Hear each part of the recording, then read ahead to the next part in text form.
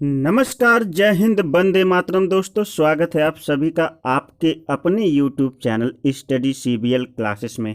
दोस्तों, आज की इस वीडियो में हम सामान्य ज्ञान के 100+ क्वेश्चन को लेकर आए हैं और इस वीडियो को देखने के बाद आपको सभी प्रकार के एक दिवसीय कम्पिटिटिव एग्जाम तैयारी में बहुत ज़्यादा हेल्प मिलेगी। ये वीडियो आपके लिए बहुत ही ज़्यादा उपयोगी है, तो वीडियो को स्किप मत कीजिएगा, पूरा बने रहिएगा हमारे साथ। आपको बहुत शानदार जानकारी आज हम देने वाले हैं जो आपकी परीक्षा के लिए बहुत हेल्पफुल साबित होगी। और अगर वीडियो अच्छी लगे तो वीडियो को लाइक करिएगा, चैनल पर नए हैं तो जरूर सब्सक्राइब कर लीजिएगा और बेल आइकन को ऑन करना मत भूलिएगा। आइए चलते शुरू करते हैं क्वेश्चन नंबर फर्स्ट से कि 26 नवंबर 1949 को किसने भारत संविधान को अपनाया। 26 नवंबर सन 1949 को, बड़ा ही उम्दा क्वेश्चन है कि 26 नवंबर सन 1949 को किसने भारत संविधान को अपनाया। तो इसके 4 ऑप्शन है: भारतीय जनता ने, भारतीय संसद ने, और संविधान सभा के प्रतिनिधियों ने, या मंत्रिमंडल ने। तो कहा जाता है कि भारत में जो है जनता का शासन, इसलिए ये डेमोक्रेसी है। तो भारतीय जनता ने जो है 26 नवंबर सन 1949 को जो है संविधान को अपनाया। क्वेश्चन नंबर सेकंड आइए देखते हैं। दूसरा क्वेश्चन क्या कहता है। दूसरा क्वेश्चन कहता है, दोस्त ध्यान दीजिएगा, कि भारतीय संविधान के निर्माण के लिए संविधान सभा का गठन कब किया गया। तो भारतीय संविधान के निर्माण के लिए संविधान सभा का गठन जो है 9 नवंबर सन 1946 को किया गया। 9 नवंबर सन 1946 को जो है भारतीय संविधान निर्माण के लिए संविधान सभा का गठन किया गया। क्वेश्चन नंबर 3, अब मैं थोड़ा फास्ट चलूँगा क्योंकि मुझे 100+ क्वेश्चन करने हैं और समय भी काफ़ी ज़्यादा लगेगा, इसलिए आप जो है तेज़ी से सभी आंसर को वॉच करते चलिए। भारतीय यहाँ पर कह संविधान सभा के अध्यक्ष के सदस्य, संविधान सभा के सदस्य प्रांतीय विधान सभाओं द्वारा निर्वाचित किए गए थे। प्रांतीय विधान सभाओं द्वारा निर्वाचित किए गए थे, या जनता द्वारा प्रत्यक्ष रूप से निर्वाचित किए गए थे, या सरकार द्वारा नामित किए गए थे, या केवल रियासतों के प्रतिनिधि थे। तो नहीं, ऐसा कुछ नहीं था। भारतीय विधान सभाओं द्वारा जो है चुने गए थे संविधान सभा के अध्यक्ष। ठीक है, अध्यक्ष। आइए आगे बढ़ते हैं। निम्नलिखित में से किसे संविधान सभा का अस्थायी अध्यक्ष चुना गया था। संविधान सभा का प्रथम अस्थायी अध्यक्ष मान के अस्थायी अध्यक्ष चुना गया था, तो वो थे डॉक्टर राजेंद्र प्रसाद। कौन थे? डॉक्टर राजेंद्र प्रसाद। यहाँ और भी कुछ फैक्ट जुड़े हुए हैं।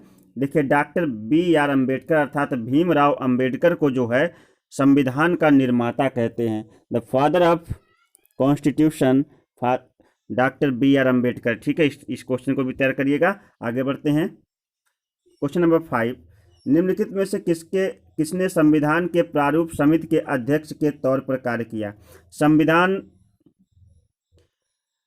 निम्नलिखित में से किसने संविधान सभा के प्रारूप समिति के अध्यक्ष में काम किया।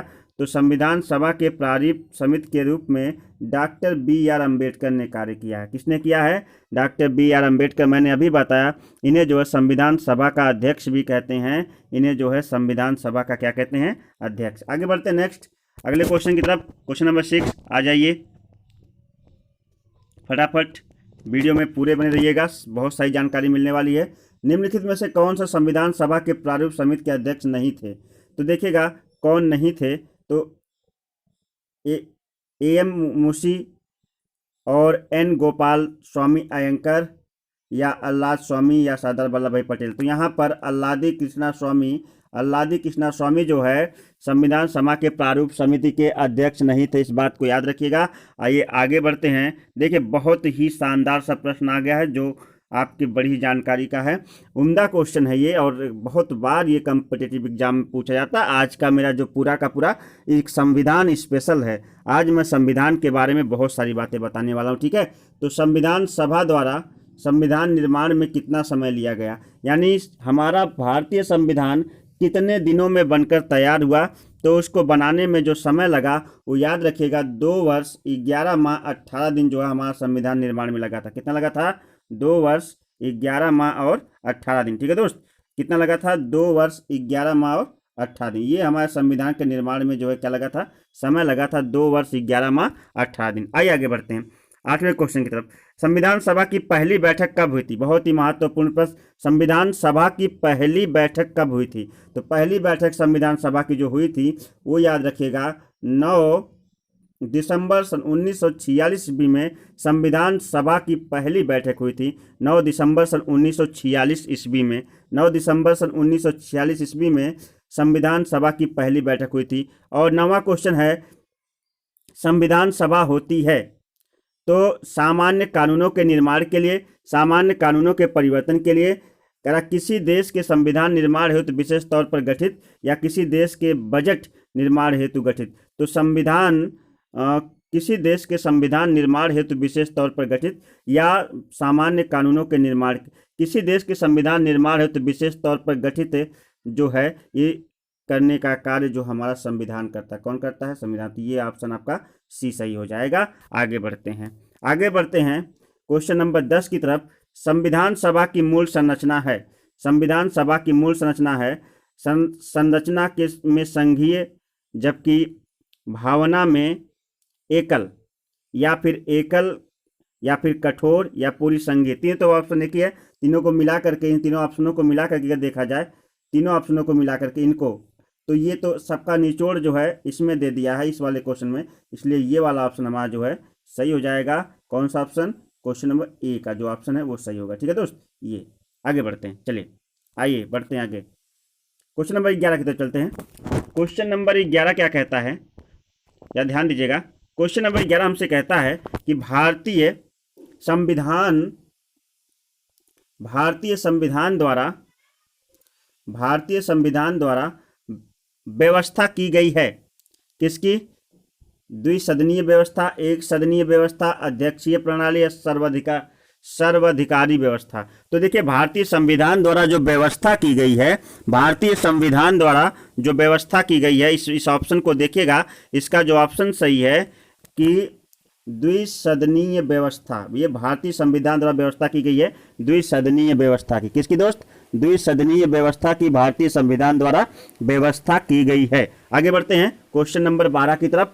क्वेश्चन नंबर 12 क्या कहता है? देखिए, 12वां क्वेश्चन है कि संघीय सरकार की सबसे महत्वपूर्ण विशेषता है।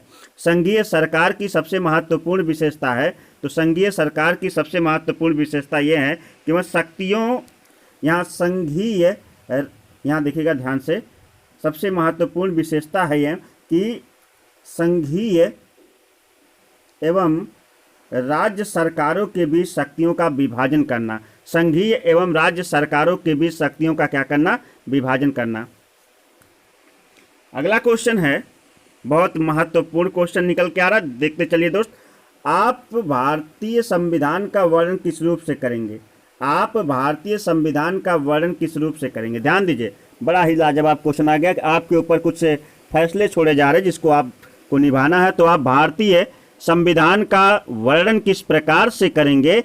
मध्यम आकार का, बहुत छोटा सुदृढ़, विश्व के विस्तृत संविधान में से एक, या यह एक लिखित संविधान है? दोस्तों, जैसा कि आपको पता है कि भारत का संविधान विश्व का सबसे बड़ा संविधान है, इसलिए मैं तो इस ऑप्शन को सही करूंगा कि विश्व के विस्तृत संविधान में से एक है भारत का संविधान। विश्व के विस्तृत संविधान में से एक है किसका संविधान? भारत का संविधान। आइए आगे बढ़ते हैं क्वेश्चन नंबर 14 की तरफ। क्वेश्चन नंबर 14 क्या कहता है कि संविधान की व्याख्या करने की अंतिम सत्ता किसे प्राप्त है? यानी संविधान की व्याख्या करने की जो अंतिम सत्ता है वो किसे प्राप्त हुई है? संविधान की व्याख्या करने की जो अंतिम सत्ता है वो किसे प्राप्त हुई है? तो संसद को, राष्ट्रपति को, या लोकसभा अध्यक्ष को, या सर्वोच्च न्यायालय को? तो इस बात को याद रखिएगा, सर्वोच्च न्यायालय को जो है संविधान की अंतिम सत्ता प्राप्त हुई है। किसको? सर्वोच्च न्यायालय को, जो हमारा सुप्रीम कोर्ट है उसे जो है अंतिम सत्ता क्या हुई है? प्राप्त हुई है। आइए आगे बढ़ते हैं अगले क्वेश्चन की तरफ। और आपकी बार का क्वेश्चन भी बहुत ही महत्वपूर्ण लाजवाब निकल के आ रहा है कि भारतीय संविधान के संबंध में हम यह कह सकते हैं कि यह लचीले से ज़्यादा कठोर है, यह लचीले से ज़्यादा कठोर है, यह बहुत कठोर है, यह कठोर से ज़्यादा लचीला है, यह बहुत लचीला है। तो इसके लिए जो हमारा भारतीय संविधान जो है, इसके लिए ऑप्शन सही हो जाएगा, यह कठोर से ज़्यादा जो है लचीला है। क्या है? यानी सॉरी, यहाँ पे देखिएगा इसका सी वाला ऑप्शन सही है। यह कठोर से ज़्यादा लचीला है। यह कठोर से ज़्यादा क्या है? लचीला है। ठीक है दोस्त, आगे बढ़े। क्वेश्चन नंबर 16 की तरफ चलते हैं। 16वां क्वेश्चन देखते हैं क्या बताता है। क्वेश्चन नंबर 16 कहते हैं कि सन 1987 ईस्वी में भारत कितने राज्यों का संघ था? सन 1987 ईस्वी में, अब एक बहुत ही डेटेबल क्वेश्चन पूछ दिया है कि सन 1987 ईस्वी में भारत कितने राज्यों का संघ था। तो याद रखिएगा, सन 1987 ईस्वी में भारत जो है वो 20 राज्यों का संघ था। कितने राज्यों का संघ था दोस्त? 20 राज्यों का संघ था। आगे चलते हैं क्वेश्चन नंबर 17 की तरफ। 17वां क्वेश्चन कहता है कि भारतीय संविधान निर्माताओं ने किस देश की शासन प्रणाली को अपनाया? यानी हमारे भारतीय संविधान में शासन प्रणाली किस देश के संविधान से ली गई है? हमारे भारत देश में जो है, या हमारे भारतीय संविधान में जो शासन प्रणाली है वो किस देश से अपनाई गई है? तो ब्रिटेन से, या संयुक्त राज्य अमेरिका से, या स्कॉटलैंड से, या आयरलैंड से। तो समझिएगा, याद रखिएगा, जो भारतीय संविधान में शासन प्रणाली अपनाई गई है वो किससे? वो ब्रिटेन से ली गई है। किस ली गई दोस्त? ब्रिटेन से हमारी शासन प्रणाली ली गई है। आइए क्वेश्चन नंबर 28 तक चलते हैं। निम्नलिखित में से कौन सी एक भारतीय संविधान की विशेषता है? निम्नलिखित में से कौन सी एक भारतीय संविधान की विशेषता है? इस क्वेश्चन के लिए चलते हैं। अल्पसंख्यकों एवं पिछड़े वर्गों का संरक्षण करना, या फिर दोहरी नागरिकता देना, या एकात्मक सरकार, या राष्ट्रपतीय सरकार। तो ध्यान दीजिएगा, भारतीय संविधान की जो सबसे बड़ी जो है विशेषता है वो ये है कि अल्पसंख्यकों एवं पिछड़े वर्गों को आरक्षण देना, अल्पसंख्यकों एवं पिछड़े वर्गों का संरक्षण करना और उन्हें आरक्षण भी देना। आगे चलते हैं क्वेश्चन नंबर 19 की तरफ। क्वेश्चन नंबर 19 की तरफ, भारतीय संविधान में भारत का वर्णन किया गया है। भारतीय संविधान में भारत का वर्णन किया गया किसमें? राज्यों के परिसंघ के रूप में, राज्यों के परिसंघ के रूप में, या अर्धसंघात्मक के रूप में, या राज्यों के संघ के रूप में, या इनमें से कोई नहीं। तो कह रहा कि संविधान में भारत का वर्णन किया गया, संविधान में भारत का वर्णन किया गया। तो ध्यान दीजिएगा, संविधान में भारत का वर्णन जो किया गया है वो किया गया है राज्यों में संघ के रूप में, राज्यों में संघ के रूप में जो है संविधान का वर्णन किया गया। आइए चलते हैं नेक्स्ट।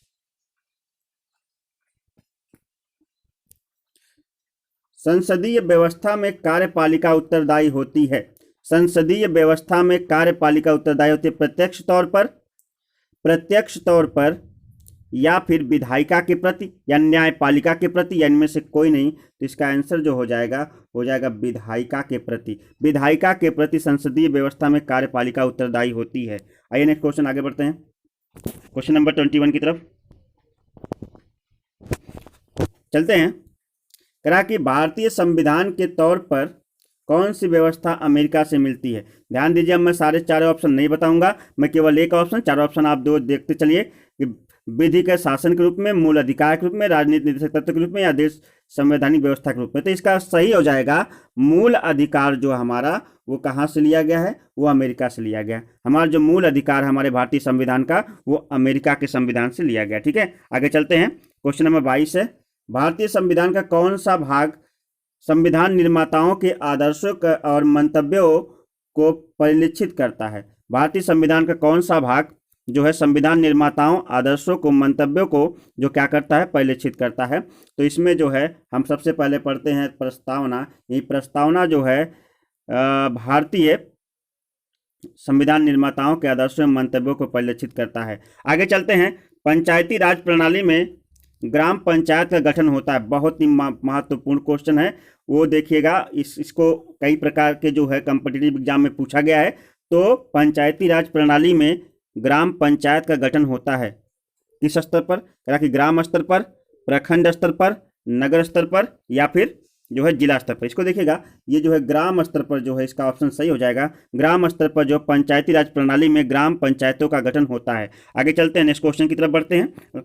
क्या कि भारतीय राज्यों, ध्यान दीजिएगा, आगे कह रहा कि भारतीय राज्यों का संघ, भारतीय राज्यों का संघ का दूसरा नाम है?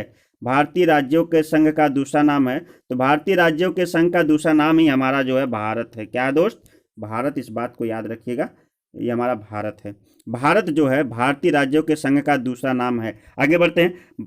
बहुत ही महत्वपूर्ण क्वेश्चन, अक्सर अनेक को प्रश्नों में अनेक परीक्षाओं में इस प्रश्न को उठाता ही उठाता है, महत्वपूर्ण है, ध्यान दीजिएगा। बलवंत राय मेहता, इस पर आपको मिल जाए, बलवंत राय मेहता समिति का गठन किस वर्ष किया गया था? बलवंत राय मेहता समिति का गठन किस वर्ष किया गया था? इस बात को याद रखिएगा। बलवंत राय मेहता गठित समिति का जो गठन है वो 1957 किया गया था, 1957 में किया गया था। और आगे क्या था? आप भारतीय नागरिकता के अधिकारी होंगे जब, आप भारतीय नागरिकता के अधिकारी होंगे जब भारत में निवास कर रहे हो, या फिर आप जन्म से भारत हुआ हो, या आप भारत में शरणार्थी जो पाकिस्तान से भारत अप्रवास किया हो, या उपरोक्त में सभी। ये सभी जो मामले हैं, आप भारत में निवास करते हो, आपका जन्म भी भारत में हुआ हो, आप एक शरणार्थी भारत से भारत अप्रवास किया हो, या आप उपरोक्त में सभी, इन सभी केसेस में आप जो है क्या हो जाएंगे? एक भारतीय हो जाएंगे। सबसे अच्छा तो यही है कि आपका जन्म जो है भारत में हुआ हो, तब आप भारतीय नागरिक कहलाएंगे। ठीक है। आगे अगला क्वेश्चन कह रहा कि भारत के संविधान में के अंतर्गत कितने प्रकार की आपातकालीन व्यवस्थाओं पर विचार किया जा सकता है? कितने प्रकार की आपातकालीन व्यवस्थाओं पर विचार किया जा सकता है? तो 3 प्रकार की आपातकालीन व्यवस्थाओं पर जो है क्या किया जा सकता है? विचार किया जा सकता है। आगे बढ़ते हैं नेक्स्ट क्वेश्चन की तरफ। करा कि ये देखिए बहुत ही महत्वपूर्ण क्वेश्चन निकल के आ रहा है हमारे बीच कि पंचायत चुनाव के लिए उम्मीदवारों की न्यूनतम आयु कितनी होनी चाहिए? पंचायत चुनाव है, होनी चाहिए। ठीक है दोस्त, पंचायत चुनाव है, तो पंचायत चुनाव के लिए उम्मीदवारों की जो है न्यूनतम आयु कितनी होनी चाहिए? तो पंचायत चुनाव है ना, तो पंचायत चुनाव के लिए से प्रधान जो होते हैं उनकी उम्र जो है कम से कम 21 वर्ष होनी चाहिए। अगर 21 वर्ष होगी तो आप जो है पंचायत चुनाव लड़ सकते हैं। आगे बढ़ते हैं। भारतीय संविधान प्रावधान करता है एकल नागरिकता का, बहुल नागरिकता का, दोहरी नागरिकता का, उपरोक्त में सभी। तो एकल नागरिकता का जो है क्या करता है? भारतीय संविधान प्रावधान करता है कि आप एकल नागरिकता, दोहरी नागरिकता नहीं ले सकते। आगे बढ़ते हैं अगले क्वेश्चन की तरफ। थोड़ा एक ही कलर देख देख के मन उब गया होगा तो कलर चेंज कर देते हैं, ध्यान दीजिएगा दोस्त। चलिए अगला, निम्न में से कौन सा एक भारतीय नागरिकता प्राप्त करने की शर्त नहीं है? कौन सी ऐसी शर्त है जो भारतीय नागरिकता प्राप्त करने की, वैसे भारत की नागरिकता लेने के लिए कई शर्तें रखी गई हैं, और इसमें से कौन सी एक ऐसी शर्त है जो भारत की नागरिकता प्रदान करने में इस्तेमाल नहीं होती? पहला, जन्म, सब, वंश, संपत्ति की प्राप्ति, प्रवेशी कर। संपत्ति की प्राप्ति जो है आप कहीं से कर रहे हो तो भारत के नागरिक नहीं कहे जाओगे। आगे बढ़ते हैं। किस संविधान संशोधन अधिनियम में वयस्क के मताधिकार को 21 वर्ष से घटाकर 18 वर्ष कर दिया गया? 21 वर्ष से घटाकर 18 वर्ष कर दिया गया। पहले लोग वोट 21 वर्ष की उम्र में डालते थे, अब 18 वर्ष में वोटिंग करते हैं। तो ये जो है 61वां जो 61वां जो है संविधान संशोधन में जो है मताधिकार की जो आयु है, सीमा है, उसे 21 वर्ष से घटाकर 18 वर्ष कर दिया गया 61वां संविधान संशोधन में। भारतीय संविधान ने एकल नागरिकता को किस देश के अनुरूप अपनाया है? मतलब कि किसी के पास एकल नागरिकता ही हो, इसे किस देश के अनुरूप अपनाया है? ब्रिटेन में, कनाडा के अनुसार, या ब्रिटेन के संविधान से, या कनाडा के संविधान से, या संयुक्त राज्य अमेरिका के संविधान से। यहाँ पे कह रहा है कि ब्रिटेन और कनाडा में एकल नागरिकता चलती है, इसलिए एकल नागरिकता के हिसाब से भारतीय संविधान ने एकल नागरिकता को अपनाया है ब्रिटेन और कनाडा से। ठीक है, आगे बढ़े। नेक्स्ट क्वेश्चन नंबर 33 है हमारा, 33 कि देखिएगा, संविधान के किस भाग में मूल अधिकार सम्मिलित किए गए हैं? संविधान के किस भाग में मूल अधिकार सम्मिलित किए गए हैं? भाग फर्स्ट, भाग थर्ड, भाग फोर्थ, भाग फिफ्थ, सिक्स्थ। तो देखिएगा, संविधान के भाग थर्ड यानी तीसरे भाग में जो है मूल अधिकार को सम्मिलित किया गया है। अब आगे बढ़ते हैं कि मूल अधिकारों को स्थगित करने की शक्ति किसे प्राप्त है? कौन आपके मूल अधिकार को क्या कर सकता है? स्थगित कर सकता है, समाप्त कर सकता है? संसद, सर्वोच्च न्यायालय, हाई जिसे सुप्रीम कोर्ट कहते हैं, प्रधानमंत्री या फिर राष्ट्रपति। तो राष्ट्रपति जो है आपके मूल अधिकारों को क्या कर सकता है, स्थगित कर सकता है। राष्ट्रपति आपके मूल अधिकारों को समाप्त कर सकता है। ठीक है, आगे बढ़ते हैं। नेक्स्ट क्वेश्चन, भारत के संविधान में प्रथम संशोधन कब हुआ था? बहुत महत्वपूर्ण क्वेश्चन है, बहुत ही उम्दा क्वेश्चन निकल कर आया दोस्त। भारत के संविधान में प्रथम संशोधन कब हुआ था? तो बनने के 2 वर्ष बाद ही 27, 48, 49, 51 में 1947 देश आज़ाद हुआ। 1950 में जो है भारतीय संविधान लागू हुआ और 1 वर्ष बाद तुरंत ही क्या हो गया, वहाँ पे संशोधन हो गया। तो भारत के संविधान में पहला संशोधन सन 1951 ईस्वी में हुआ, 1951 में। और आगे कह रहा है कि नेक्स्ट क्वेश्चन की तरफ बढ़ते, 36वां क्वेश्चन है, भारतीय नागरिकों को प्राप्त मूल अधिकारों पे कौन सी युक्तायुक्त प्रतिबंध लगा सकता है? कौन उनके मूल अधिकारों पर युक्तायुक्त प्रतिबंध लगा सकता है? तो वो राष्ट्रपति कर सकता है या फिर संसद या सर्वोच्च न्यायालय, उपयुक्त में कोई नहीं। तो संसद जो है मूल अधिकारों पर युक्तायुक्त प्रतिबंध लगा सकता है, संसद। ठीक है, आगे बढ़ते हैं। क्वेश्चन नंबर 37, कौन सा मूल अधिकार सामाजिक विभेदों को समाप्त करने के संबंध में है? कौन सा मूल अधिकार जो है सामाजिक विभेदों को समाप्त करने के संबंध में है? तो समता का अधिकार, शोषण के विरुद्ध अधिकार, जीवन और स्वतंत्रता का अधिकार या शैक्षिक सांस्कृतिक अधिकार। तो समता का जो अधिकार, इसमें समता का अधिकार दोस्त, इस बात को याद रखिएगा, यहाँ पर जो समता का अधिकार है, ये समता का अधिकार ही जो है सामाजिक विभेदों को समाप्त करने के संबंध में है कि किसी से कोई भेदभाव नहीं रखना चाहिए, हर कोई एक दूसरे के समान है। ठीक है, कह रहा कि मूल अधिकार किसकी देन है? बहुत अच्छा क्वेश्चन है। मूल अधिकार जो है किसकी देन है? मूल अधिकार किसकी देन है?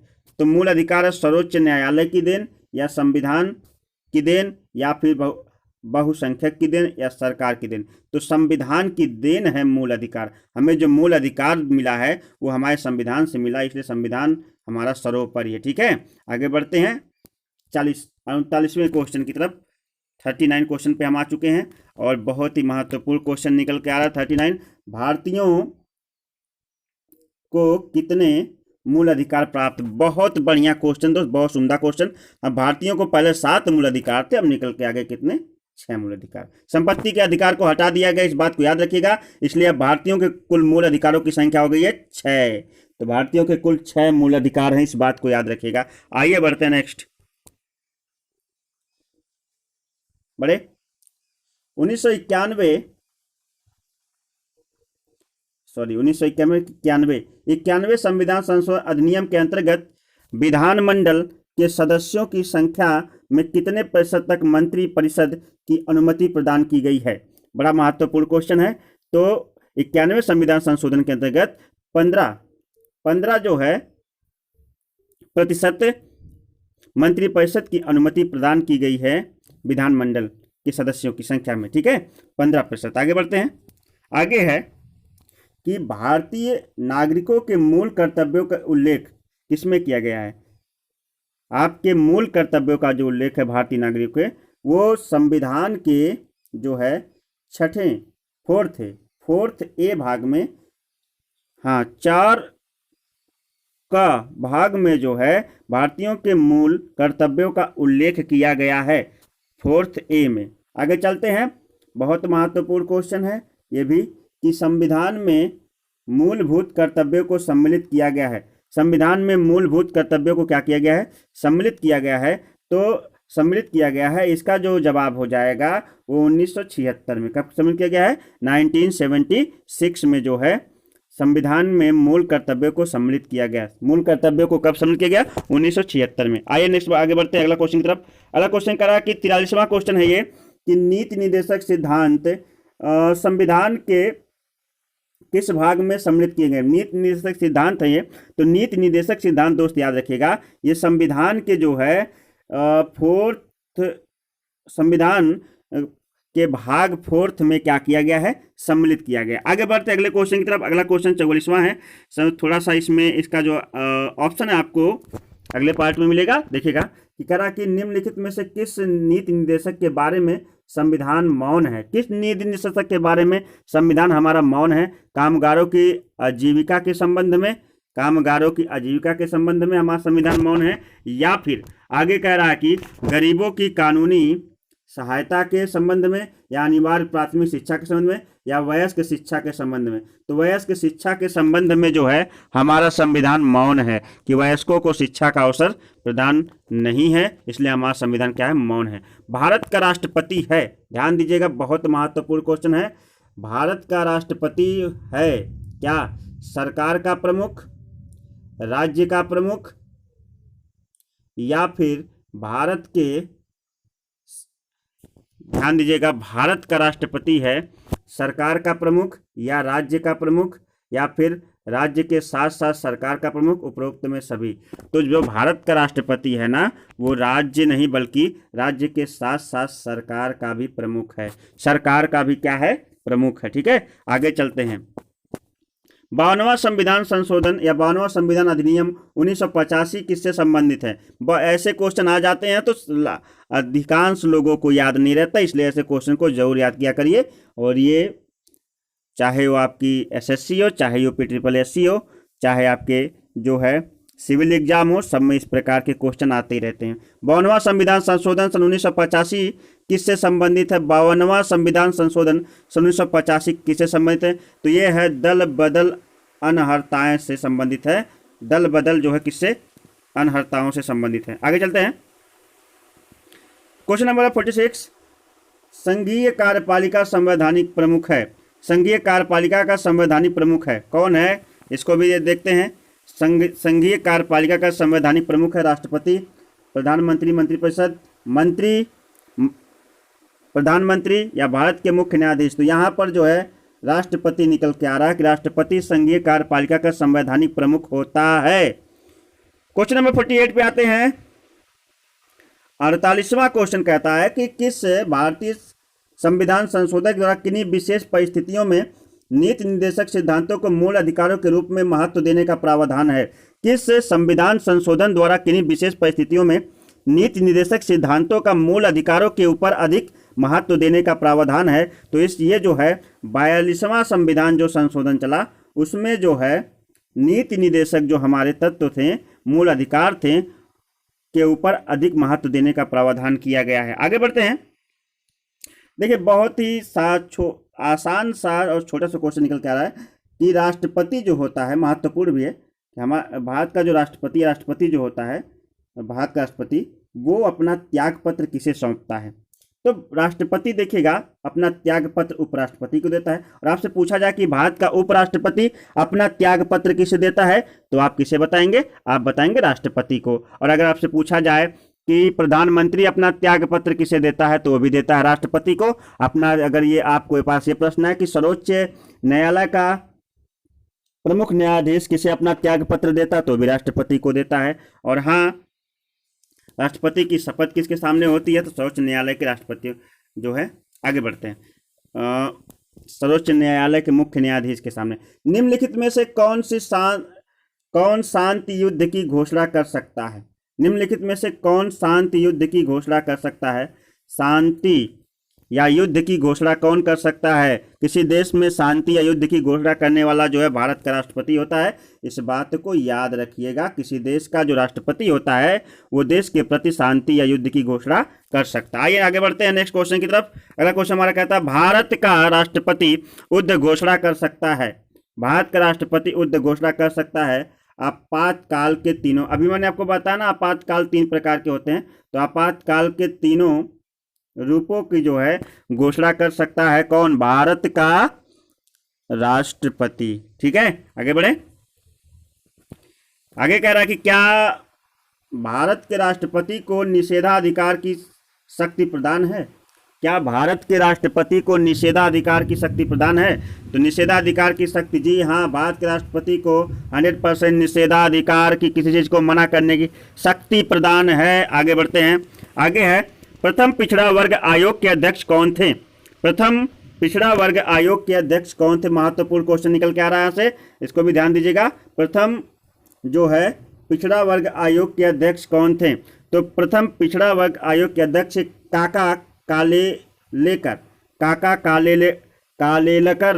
काका कालेलकर जो है प्रथम पिछड़ा वर्ग आयोग के अध्यक्ष थे। आइए चलते हैं। राष्ट्रपति आपातकालीन की घोषणा कर सकता है यदि राष्ट्रपति आपातकालीन की घोषणा कर सकता है यदि युद्ध या तो युद्ध होने की संभावना हो, यदि किसी राज्य ने संवैधानिक तत्व विफल हो गया हो या राज्य वित्तीय अवस्था में हो, तीनों में से किसी एक स्थिति में। सभी स्थितियों में जो है क्या होता है, राष्ट्रपति जो है देश में आपातकालीन की घोषणा कर सकता है। आगे बढ़ते हैं। क्वेश्चन नंबर हम आते हैं 55 की तरफ। हमने आधा जो है मार दिया। आगे बढ़ते हैं। केंद्रीय मंत्रिपरिषद नियुक्ति होती है राष्ट्रपति के द्वारा, प्रधानमंत्री के द्वारा, संसद के द्वारा या उपराष्ट्रपति के द्वारा। तो याद रखिएगा, केंद्रीय मंत्रिपरिषद की नियुक्ति होती है राष्ट्रपति के द्वारा। किसके द्वारा दोस्त? राष्ट्रपति के द्वारा जो है केंद्रीय मंत्रिपरिषद की क्या होती है? नियुक्ति होती है। आगे बढ़ते हैं। निम्नलिखित में से कौन सा भारत का राजनीतिक दल नहीं है? भारत का राजनीतिक दल कौन सा नहीं है? जनता दल यूनाइटेड, भारतीय लोकतांत्रिक गठबंधन, भारतीय जनता पार्टी या शिरोमणि अकाली दल। तो भारतीय लोकतांत्रिक गठबंधन जो है भारत का राजनीतिक दल नहीं है। आगे बढ़ते हैं। भारत का राष्ट्रपति निर्वाचित किया जाता है कै वर्ष के लिए? सभी को पता है कि भारत में प्रधानमंत्री और राष्ट्रपति सभी 5 के लिए ही आते हैं, और राज्यों में मुख्यमंत्री भी 5 साल के लिए, और राज्यपाल का भी अधिकतम कार्यकाल 5 साल का होता है। लेकिन राज्यपाल जो है राष्ट्रपति के प्रसादवश जो है रहता है। ठीक है, आगे बढ़ते हैं। भारत का राष्ट्रपति उपराष्ट्रपति राष्ट्रपति के रूप में कार्य कर सकता है जब? कब कर सकता है उपराष्ट्रपति राष्ट्रपति के रूप में कार्य? दोस्तों याद रखिएगा, अपने कार्यों को करने में सक्षम ना हो, जब वो बीमार हो या अनुपस्थित हो या उपरोक्त तीनों स्थितियों में। अगर भारत का राष्ट्रपति बीमार पड़ जाता है या अपने कार्यों को करने में सक्षम नहीं होता है, या फिर वो जो है क्या रहता है? अनुपस्थित रहता है, ऐसी स्थिति में भारत का उपराष्ट्रपति जो है एक राष्ट्रपति की भांति कार्य कर सकता है। उसे सारी शक्तियाँ क्या होती हैं? प्रदान हो जाती हैं। आगे चलते हैं। अगला क्वेश्चन बड़ा ही महत्वपूर्ण क्वेश्चन है। उपराष्ट्रपति का निर्वाचन किया जाता है किसके द्वारा? भाई उपराष्ट्रपति का निर्वाचन नहीं, समय दिया है निर्वाचन किया जाता है कितने समय के लिए? तो देखिएगा, ये भी आंसर, इसका भी आंसर 5 वर्ष के लिए भी उपराष्ट्रपति भी चुना जाता है। राष्ट्रपति, उपराष्ट्रपति या किसी राज्य का मुख्यमंत्री या राज्यपाल, इन सभी की जो अधिकतम होती है कार्यकाल वो कितने वर्ष का होता है? 5 वर्ष का। आइए चलते हैं क्वेश्चन नंबर 60 की तरफ। बहुत अच्छे, हम धीरे धीरे कई 60वें क्वेश्चन पर आ चुके हैं। मंत्रिपरिषद उत्तरदायी होता, महत्वपूर्ण क्वेश्चन है। मंत्रिपरिषद उत्तरदायी होता प्रधानमंत्री के प्रति, राष्ट्रपति के प्रति, लोगों के प्रति या संसद के प्रति? तो संसद के प्रति जो है मंत्रिपरिषद उत्तरदायी होता है। मंत्रिपरिषद के गठन का किसकी नियुक्ति से आरंभ होता है? मंत्रिपरिषद के गठन का किसकी नियुक्ति से आरंभ होता है? मंत्रिपरिषद के गठन का जो है प्रधानमंत्री की नियुक्ति से क्या होता है? आरंभ होता है। तो मंत्रिपरिषद के जो है गठन का यहाँ पर प्रधानमंत्री की नियुक्ति से आरंभ होता है। और आप कमेंट बॉक्स में आपसे लिए एक बहुत ही उम्दा क्वेश्चन है कि वर्तमान समय में भारत देश के प्रधानमंत्री कौन है? कमेंट बॉक्स में लिखकर जरूर बताइएगा। चलिए आगे बढ़ते हैं। भारत सरकार का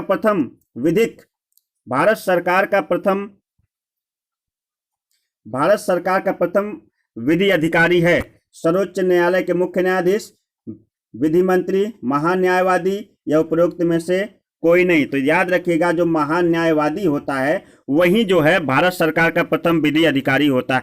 तो भारत सरकार का प्रथम विधि अधिकारी कौन होता है? महान्यायवादी। आइए चलते हैं 63 क्वेश्चन की तरफ। बहुत ही महत्वपूर्ण क्वेश्चन निकल के आ रहा है। कई तरह के जो है कॉम्पिटिटिव एग्जाम, एक दिवसीय परीक्षाओं में ये क्वेश्चन, ये प्रश्न पूछा जा चुका है। लोकसभा सदस्य बनने में इच्छुक उम्मीदवार कम से कम उसकी आयु कितनी होनी चाहिए? बहुत ही महत्वपूर्ण क्वेश्चन है। तो लोकसभा जो है का सदस्य बनने के लिए कम से कम जो है इच्छुक उम्मीदवार की आयु 25 वर्ष होनी चाहिए। कितनी वर्ष है? और राज्यसभा के लिए भी याद कर लीजिए, कम से कम 30 वर्ष होनी चाहिए। राज्यसभा के लिए 30 वर्ष होनी चाहिए और लोकसभा के लिए 25 वर्ष। संसद की बैठक एक साल में कम से कम कितनी बार, ये भी बहुत बार पूछा गया। क्या लाजवाब लाजवाब क्वेश्चन जो है आ रहे हैं। इसके बाद का भी क्वेश्चन बहुत ही इंपॉर्टेंट है। तो कम से कम संसद सभा की जो बैठक है वो कम से कम वर्ष भर में 2 बार होनी चाहिए। संसद की बैठक एक साल में कम से कम 2 बार, 6-6 महीने पर होगी। ठीक है, आगे बढ़ते हैं। लोकसभा, ये भी देखिए लोकसभा, यहाँ पे ध्यान दीजिएगा, बहुत ही महत्वपूर्ण क्वेश्चन निकल के आया दोस्त। लोकसभा की अधिकतम सदस्य संख्या कितनी होती है, यानी लोकसभा में अधिकतम कितने सदस्य रह सकते हैं। तो लोकसभा की सदस्यों की संख्या लगभग 552 होनी चाहिए। अधिकतम संख्या लोकसभा के सदस्यों कितनी होती है, 552। आगे बढ़ते हैं। दबाव समूह का कार्य है, दबाव समूह का कार्य है, ये भी एक क्वेश्चन महत्वपूर्ण है। दबाव समूह का कार्य चुनाव लड़ना, सरकार बनाना, दूसरों के हितों को प्रोत्साहित करना, अपने स्वार्थ की पूर्ति के लिए सरकार पर दबाव डालना। आज जो यही काम जो है विपक्षी पार्टियां जो हैं क्या करती हैं, जिसकी सरकार रहती है उसके विपरीत करती हैं। आइए चलते हैं नेक्स्ट क्वेश्चन नंबर 67 की तरफ। हम 67 पे आ गए हैं। राज्यसभा का विघटन किया जा सकता है, राज्यसभा का विघटन किया जा सकता है लोकसभा के द्वारा, राष्ट्रपति के द्वारा, संविधान लोकसभा, राष्ट्रपति, संविधान संशोधन या फिर इनमें से कोई नहीं। तो राज्यसभा का विघटन किया ही नहीं जा सकता, इसलिए राज्यसभा जो भंग नहीं होती है। लोकसभा लेकिन भंग हो सकती, इस बात को याद रखिएगा। और लोकसभा में अधिकतम सदस्यों की संख्या 552 थी ना, तो राज्यसभा में अधिकतम सदस्यों की संख्या होती है। बहुत ही महत्वपूर्ण क्वेश्चन इसी में हमने आपको कराए। बहुत ही महत्वपूर्ण क्वेश्चन निकल के आ रहा है कि राज्यसभा में अधिकतम सदस्यों की संख्या, राज्यसभा में अधिकतम सदस्यों की संख्या कितनी होती है, तो ये होती है 250। 250 जो है राज्यसभा में अधिकतम सदस्यों की संख्या हो जाती है। कितनी होती है, 250। आगे बढ़ते हैं। राज्यसभा के सदस्य निर्वाचित किए जाते हैं किसके लिए, आजीवन के लिए, 3 वर्ष या 6 वर्ष के लिए, 6 वर्ष, 3 वर्ष, 3 माह, 3 वर्ष 6 माह के, 3.5 महीने के, 3.5 साल के लिए, या 6 वर्ष के लिए, या फिर 2 वर्ष के लिए। तो याद रखिएगा लोकसभा के सदस्यों का जो कार्यकाल होता है वो कितने वर्ष का होता है, वो 5 साल का होता है। जबकि राज्यसभा के सदस्यों का जो कार्यकाल होता है वो 6 वर्ष का होता है। इस बात को याद रखिएगा दोस्त। राज्यसभा के जो सदस्यों का कार्यकाल कितने वर्ष का होता है, वो होता है आपका 6 वर्षों के लिए। हमारा ऑप्शन जो है ऑप्शन नंबर सी सही हो जाएगा। आगे बढ़ते हैं अगले क्वेश्चन।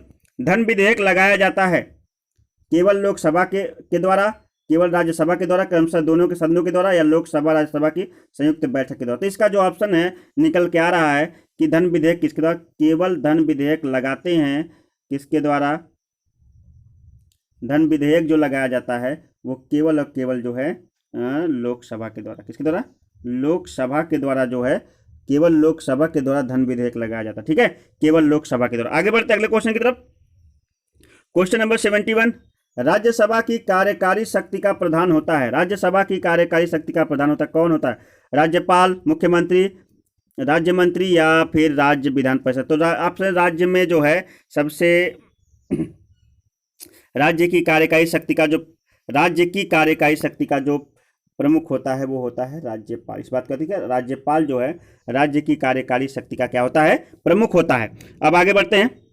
सामान्य तौर पर राज्यपाल का कार्यकाल होता है, सामान्य तौर पर तो इसका कार्यकाल 5 वर्ष, इसलिए सामान्य तौर पर लगा पूछ रहा है। सामान्य तौर पर राज्यपाल का कार्यकाल 5 वर्ष का होता है दोस्त। लेकिन इस बात को याद रखिएगा कि वह राष्ट्रपति के प्रसाद स्वरूप होता है। राष्ट्रपति जब तक चाहेगा तब तक कोई राज्यपाल अपने पद पर जो है बना रहेगा। तो ठीक है, तो आगे बढ़ते हैं। आ गए क्वेश्चन नंबर 73 पर कि राज्यसभा की सदस्यता हेतु न्यूनतम उम्र निर्धारित की गई है। राज्यसभा की सदस्यता हेतु न्यूनतम उम्र निर्धारित की गई है कितने वर्ष की, 45 वर्ष, 30 वर्ष, 35 वर्ष, 21। अभी मैंने बताया राज्यसभा का सदस्य बनने के लिए आपकी उम्र कम से कम 30 वर्ष होनी चाहिए, 30 वर्ष। आइए चलते हैं। सामान्य तौर पर विधानसभा का कार्यकाल होता है, विधानसभा का कार्यकाल भी सामान्य तौर पर 5 वर्ष का होता है, याद रखिएगा। और राज्य विधान परिषद सदस्यों का कार्यकाल, बहुत ही महत्वपूर्ण क्वेश्चन चल रहा है। राज्य विधान परिषद सदस्यों का कार्यकाल होता है वो भी जो है आपका ये 6 वर्ष का होता है, राज्यसभा के सदस्यों का। ठीक है, राज्य विधान परिषद के सदस्यों का कार्यकाल 6 वर्ष का होता है। आगे चलते क्वेश्चन नंबर 76 पर आ गए हम। 76 पर निम्नलिखित में से कौन सा भारत में प्रशासन पर विधायी नियंत्रण का एक साधन नहीं है। तो उसमें जो है सदन का विघटन जो है भारत में जो है प्रशासन विधायी ब्रिटेन नहीं है। और आगे चलते हैं, अगला क्वेश्चन महत्वपूर्ण निकल के आता है। भारतीय संविधान संशोधन की प्रक्रिया की गई है, बहुत ही महत्वपूर्ण क्वेश्चन है। भारतीय संविधान संशोधन की प्रक्रिया दी गई है अनुच्छेद 368 में जो है भारतीय संविधान संशोधन की प्रक्रिया दी गई अनुच्छेद 368 में, इस बात को याद रखिएगा। और 78वां क्वेश्चन का जो आधा पार्ट अगले में है कि निम्नलिखित में से किस संविधान संशोधन अधिनियम को लघु संविधान कहा जाता है? कौन सा संविधान संशोधन जिसे लघु संविधान के नाम से जाना जाता है? महत्वपूर्ण है। तो चलिएगा, जो 42वां संविधान, बड़ा महत्वपूर्ण है ये, जो 42वां संविधान संशोधन है उसे लघु संविधान के नाम से जाना जाता है। 42वां संविधान संशोधन को लघु संविधान के नाम से जाना जाता है। भारत में पंचायती राज प्रणाली कब लगाया गया था? भारत में पंचायती राज प्रणाली कब लगाया गया था? सन 1959 ईस्वी में भारत में पंचायती राज प्रणाली को लाया गया था। आइए चलते क्वेश्चन नंबर 80 की तरफ। निम्नलिखित में से कौन सा राज्य आवश्यक तत्व नहीं है? कौन सा राज्य का आवश्यक तत्व नहीं है? राज्य का आवश्यक तत्व नहीं है, आर्थिक समृद्धि जो है राज्य का आवश्यक तत्व नहीं है। आगे चलते हैं, संसद प्रणाली में मंत्रिपरिषद की बैठकों की अध्यक्षता कौन करता है? संसद प्रणाली में मंत्रिपरिषद बैठकों की अध्यक्षता कौन करता है? तो संसद प्रणाली में मंत्रिपरिषद बैठकों की अध्यक्षता हमारा प्रधानमंत्री करता है, ध्यान दीजिएगा। आगे चलते हैं, अधिक्षीय शासन व्यवस्था में मंत्रीगण किसके प्रति उत्तरदायी होते हैं? अधिक्षीय शासन में मंत्रीगण किसके प्रति उत्तरदायी होते हैं? तो अधिक्षीय शासन में मंत्रीगण जो हमारे राष्ट्रपति के प्रति क्या होते हैं? उत्तरदायी होते हैं। और संसदनात्मक व्यवस्था का आरंभ किस वर्ष में हुआ था? तो याद रखिएगा, संसदनात्मक व्यवस्था का आरंभ जो है प्रथम बार कहाँ हुआ था? पूछा तो ब्रिटेन में हुआ था। कहाँ हुआ था? ब्रिटेन में। यहाँ से संसद प्रणाली यहाँ से ली गई हमारी। आगे चलते हैं, नीति निर्देशक तत्व को किस देश से प्रभावित है? नीति निर्देशक तत्व किस देश से प्रभावित है? कहाँ से लिया गया? तो नीति निर्देशक तत्व जो है आयरलैंड से प्रभावित है। कहाँ से? आयरलैंड से जो है प्रभावित है। आगे चलते हैं क्वेश्चन नंबर 85 की तरफ। बहुत ही उम्दा क्वेश्चन निकल के आ रहा है। क्वेश्चन नंबर 85 जो है महत्वपूर्ण क्वेश्चन, ध्यान दीजिएगा कि न्याय किस प्रकार की अवधारणा है? नैतिक, कानूनी, आर्थिक या सामाजिक? तो न्याय शब्द जो है कानून से हमें न्याय मिलता है, इसलिए कानूनी शब्द की जो है कानूनी प्रकार की अवधारणा है। आगे बढ़ते हैं, निम्न में से कौन सा मौलिक अधिकार नहीं है? कौन सा हमारा जो है, बहुत महत्वपूर्ण क्वेश्चन निकल कर रहा है, कौन सा हमारा मौलिक अधिकार नहीं है? तो याद रखिएगा कौन सा नहीं है। तो संवैधानिक उपचारों का अधिकार, देश भर में स्वतंत्रता विचरण करने का अधिकार, या विचार अभिव्यक्ति का अधिकार, या संपत्ति का अधिकार। मैंने कहा इसको अभी निकाल दिया गया, चाहिए हमारे मौलिक अधिकार बच चुके हैं। तो संपत्ति का अधिकार जो है अभी हाल में ही निकाला संविधान से, इसलिए मौलिक अधिकार नहीं है। आपातकालीन प्रावधान किस देश से लिए गए हैं? आपातकालीन प्रावधान किस देश से लिए गए हैं? इस बात को याद रखिएगा, जर्मनी देश से जो है आपातकालीन जो लगाता है राष्ट्रपति, वो जर्मनी देश से हमारा लिया गया हमारे भारतीय संविधान में। भारतीय स्वतंत्रता अधिनियम ब्रिटिश संसद द्वारा कब पारित किया गया? भारतीय स्वतंत्रता अधिनियम ब्रिटिश संसद द्वारा कब पारित किया गया? बहुत ही महत्वपूर्ण क्वेश्चन है। तो क्या जुलाई 1947 में जो है भारतीय स्वतंत्रता अधिनियम पारित किया गया। और फिर उसके बाद 89 है क्वेश्चन, जम्मू कश्मीर में मुख्यमंत्री की कार्य अवधि होती है। जो जम्मू कश्मीर में मुख्यमंत्री बनता है उसकी कार्य अवधि हम लोगों से अलग होती थी, अब शायद एक ही हो, क्योंकि अब जो है अब शायद एक ही हो, लेकिन 6 वर्ष की होती है, लेकिन अब 5 वर्ष की ही रहेगी। ठीक है, इस बात को याद रखिएगा। आगे चलते हैं कि निम्नलिखित संविधान की अवधारणा सर्वप्रथम कहाँ से उत्पन्न हुई? संविधान की जो अवधारणा है वो कहाँ से उत्पन्न हुई थी? संविधान की अवधारणा महत्वपूर्ण क्वेश्चन है। तो संविधान की अवधारणा जो है अमेरिका से, एक विकसित देश USA से जो है क्या हुई है? प्रारंभ हुई है। आगे चलते हैं क्वेश्चन नंबर 91 की तरफ। बस हम 10 क्वेश्चन और दूर हैं। क्वेश्चन नंबर 91 कहता है, किस देश का संविधान लिखित संविधान का श्रेष्ठ उदाहरण है? किस देश का संविधान लिखित संविधान का सबसे श्रेष्ठ उदाहरण है? तो ब्रिटेन का जो संविधान है वो लिखित उदाहरण का सबसे श्रेष्ठ संविधान है। निम्नलिखित में से किस भारतीय राज्य का अपना भी संविधान है? किस भारतीय राज्य का अपना भी संविधान पहले था लेकिन अब नहीं है? वो है जम्मू कश्मीर। पहले अपना संविधान राज्य का संविधान था, ये भारत के संविधान को नहीं मानता था, लेकिन अब जो है यह भी जो है भारत का एक हिस्सा हो गया है और भारत के संविधान को मानता है। ठीक है, आगे बढ़ते हैं। निम्नलिखित में से संघात्मक देशों में से किनमें दोहरी नागरिकता प्रावधान है? दोहरी नागरिकता किस देश की है? भारत एवं अमेरिका की नहीं, ब्रिटेन एवं कनाडा की नहीं। देखिए इस स्विट्जरलैंड और अमेरिका में जो है दोहरी नागरिकता जो है का प्रावधान है। स्विट्जरलैंड और अमेरिका में दोहरी नागरिकता का प्रावधान, आप दो नागरिकता एक साथ ले सकते हैं। भारतीय संसद के दोनों सदनों का संयुक्त अधिवेशन कौन बुला सकता है? इन दोनों सदनों का संयुक्त अधिवेशन, तो क्योंकि पूरे देश का मुखिया जो राष्ट्रपति होता है, इसलिए राष्ट्रपति दोनों सदनों का अधिवेशन क्या कर सकता है? राज्यसभा लोकसभा दोनों सदनों का अधिवेशन बुला सकता है। आगे चलते, निम्नलिखित में से मौलिक अधिकारों में से किसे आपातकाल में भी निलंबित नहीं किया जा सकता? कौन सा ऐसा मौलिक अधिकार है जिसे चाहे आपातकालीन लगा लेकिन उसमें निलंबित नहीं किया जा सकता? स्वतंत्रता का अधिकार नहीं, समानता का अधिकार नहीं, और कौन सा ऐसा मौलिक अधिकार जिसे आपातकालीन में भी जो है निलंबित नहीं किया जा सकता? जीवन का अधिकार। जी हाँ, जीवन का अधिकार जो है वो आपातकालीन में भी इसे हटाए, नहीं तो कोई जिएगा कैसे, इस तरह से देखा जाए तो इसे। ठीक है, आगे चलते हैं। क्वेश्चन नंबर 96 कह रहा है कि भारतीय संविधान की 7वीं अनुसूची में निम्नलिखित में से किसके संबंध में है? 7वीं अनुसूची याद रखिएगा, 7वीं अनुसूची राज्य संघीय एवं समवर्ती सूची है। 7वीं सूची जो है राज्य संघीय एवं समवर्ती सूची है। 97 क्वेश्चन कह रहा कि किसी मामले में कानूनी कार्रवाई को रोकने के लिए उच्च न्यायालय द्वारा निम्न में से कौन सी रिट जारी की जा सकती है? महत्वपूर्ण क्वेश्चन है। तो किसी मामले में कानूनी कार्रवाई को रोकने के लिए उच्च न्यायालय द्वारा कौन सी रिट जारी की जा सकती है? तो वो है प्रतिषेध रिट जो है। प्रतिषेध अगर लगा दिया तो जो है किसी मामले में किसी प्रकार की कार्रवाई नहीं होगी, प्रतिषेध है। और रिट कितने प्रकार की होती है? तो रिट जो है, रिट देखिए यहाँ 4 प्रकार की दी हुई है। प्रतिषेध है, उत्प्रेक्षण है, अधिकार परीक्षा है, बंदी प्रत्यक्षीकरण। ठीक है, आगे बढ़ते हैं।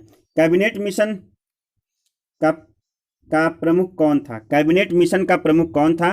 तो सर पी लॉरेंस जो है कैबिनेट मिशन के प्रमुख थे। निम्नलिखित में से किस विचारक ने गांधी को सर्वाधिक प्रभावित किया? किस विचारक ने जो है गांधी को सर्वाधिक जो है क्या क्या प्रभावित किया? तो काउंट लियो टॉलस्टॉय ने जो है गांधी को सबसे ज़्यादा प्रभावित किया था, काउंट लियो टॉलस्टॉय ने। आते हैं अपने अंतिम क्वेश्चन की तरफ, जो इस वीडियो का सबसे अंतिम क्वेश्चन है। वीडियो आपको अच्छी लगी तो वीडियो को लाइक करिएगा और ज़्यादा से ज़्यादा जो है वीडियो को अपने दोस्तों तक शेयर करिएगा। तो अंतिम क्वेश्चन के साथ जो है हम अपनी वीडियो को समाप्त करते हैं। मेरा फिर आपसे प्रश्न है, अगर आपको आए तो कमेंट बॉक्स में लिखकर जरूर बताइएगा कि वर्तमान समय में भारत देश के प्रधानमंत्री कौन हैं? कमेंट बॉक्स में इसका जवाब जरूर दीजिएगा। कि केंद्र शासित प्रदेश पर किसका शासन होता है? तो यहाँ पर राष्ट्रपति नियुक्ति प्रशासक का जो है केंद्र शासित राज्य पर शासन होता है। और ये अंतिम क्वेश्चन था, राष्ट्रपति द्वारा नियुक्त प्रशासक का जो है केंद्र शासित प्रदेश पर क्या होता है? शासन होता है। अब आपसे फिर वही प्रश्न है कि हमारे देश का प्रधानमंत्री कौन है? कमेंट बॉक्स में लिखकर जरूर बताइएगा। और वीडियो आपको कैसी लगी है कमेंट बॉक्स में लिखकर बताइएगा। मिलते हैं एक नई वीडियो के साथ, एक जो है जानकारी भरी नई वीडियो के साथ। तब तक के लिए आप सभी को नमस्कार, बाय बाय, जय Hind, have a nice day.